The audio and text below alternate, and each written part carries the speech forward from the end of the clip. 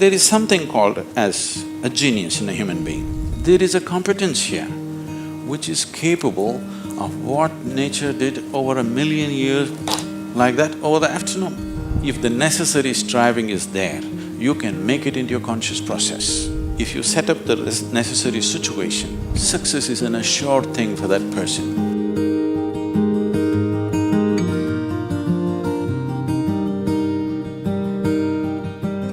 Small things or big things, it doesn't matter. In every single act, a human being longs to be successful. Life is an infinite number of doorways. If you are very diligent, you will open a few of them. If you're brilliant, you will open many of them. But if you're truly vibrant, then they will open for you. The process of being successful becomes so complex for people that why they're working towards it is generally completely forgotten, and they will start evolving concepts of success, all kinds of concepts. What is being successful? I would like to… Can I tell you a joke? You're looking so serious.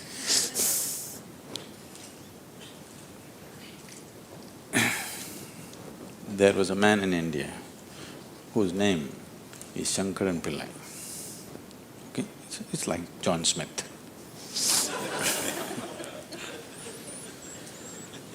His son came to United States. Obviously, an Indian young man means he's a software engineer. He went to Texas, Houston and started working there. Then he fell in love with a white American woman. He struggled because back home, this love affair is a crime. He struggled and struggled, then one day told his mother, then the mother informed the father, and the father exploded.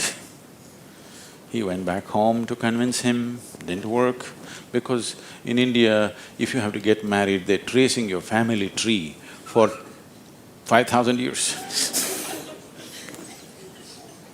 They're looking at the genetic purity of the person that you're marrying.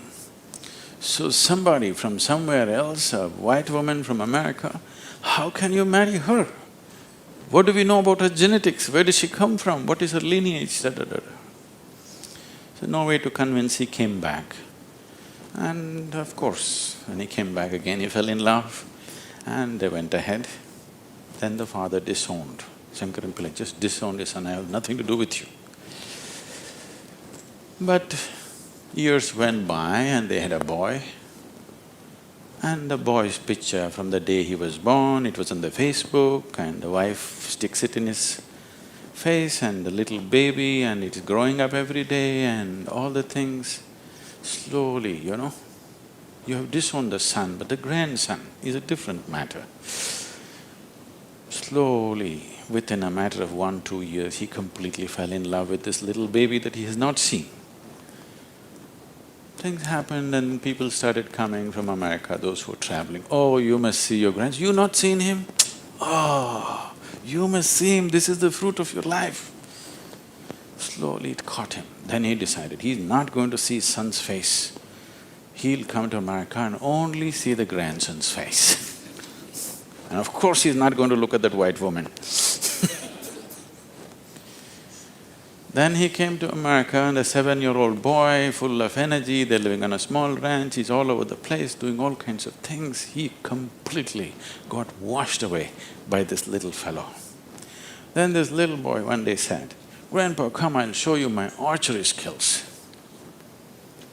He took him to the barn inside and he went into the barn and there he saw 8 targets, all of them with the arrow in the bullseye.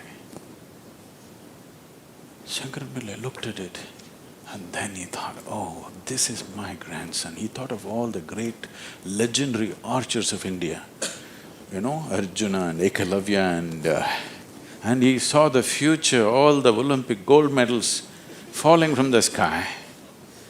Then he asked "From what distance did you shoot?" The boy said, "From 20 yards. "What? From 20 yards, 8 targets, you shot them dead on, bullseye? How do you do this?" Then the boy said, "Grandpa, I first shoot and then paint the target." So, these concepts about being successful can be very crippling. And I've continuously been with people, they've reached a certain point of success and their concepts of success are not fitting, their life is not fitting into their concept of success and it's breaking it and they think something is going wrong. It is not going wrong, they're just getting better, situations are pushing them on, but their concept is breaking up, so they're suffering their success. You will see any number of people going through these kind of things. When we talk about success, I'm sure all of you must be already having plans as to how to unfold this success in your life. Made your plans. Plan is good, but plans again can get caught up in things because you plan from what you know today. Nobody can plan from something that you do not know. Your plan means it is an exaggeration of today as a tomorrow. Right now you're here at a certain level, now you think, my plan means this must be 10 times more in this many years or whatever, or 100 times or 1,000,000 times or whatever. But plan is just essentially an exaggeration of what is today. Maybe there is a certain logic to it, maybe there is a certain understanding of the logistic attached to it, but essentially it's an exaggeration of today. That means in many ways it's ruled out whatever other possibilities which are not yet in your experience.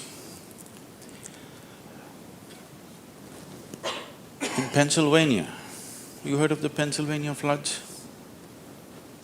Pennsylvania has floods, you know.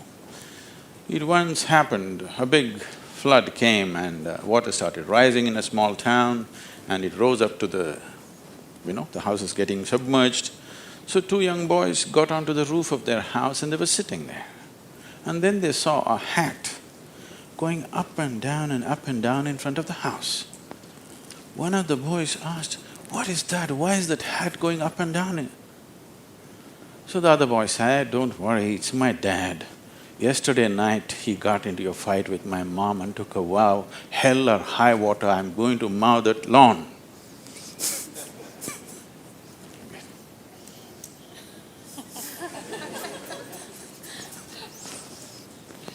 So, plans can be debilitating. It's good to have a plan, but it's more important that you have a purpose. If you have a purpose, plans will evolve, things will happen, plans will fall apart, new things will come up. Whatever has to happen will happen. If you hold on to a certain purpose, other things will just serve that purpose. But if you are very committed to a plan as such, then plan can become a blueprint for restriction. It is also a possibility. It's all right to hold a plan, but you must hold a plan at a certain distance. You shouldn't get identified with the plan. The process of success. See, essentially success is a desire in every human being. You can put some fire into it and make it your passion. But if it becomes a need within you, that you must be successful, otherwise you will suffer, then you are heading for a problem, a serious problem. Our passions can turn into poison if we start becoming resentful for the non-fulfillment of those passions.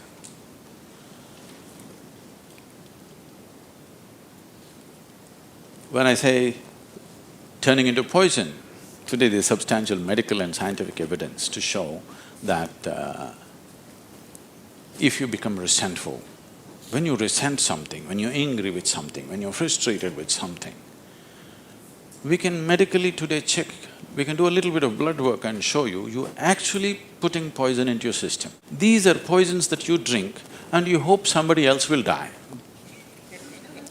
Life does not work like that. If you drink poison, you die, and it's fair. It's very fair, isn't it? If you drink poison, you must die. I drink poison, I want him to die. It doesn't work like that. So these emotions always take away the fundamental ability. See, there is something called as a genius in a human being. Every human being has it, every human being touches it at some moment of life. But the question is, how often do you touch it? That's a question.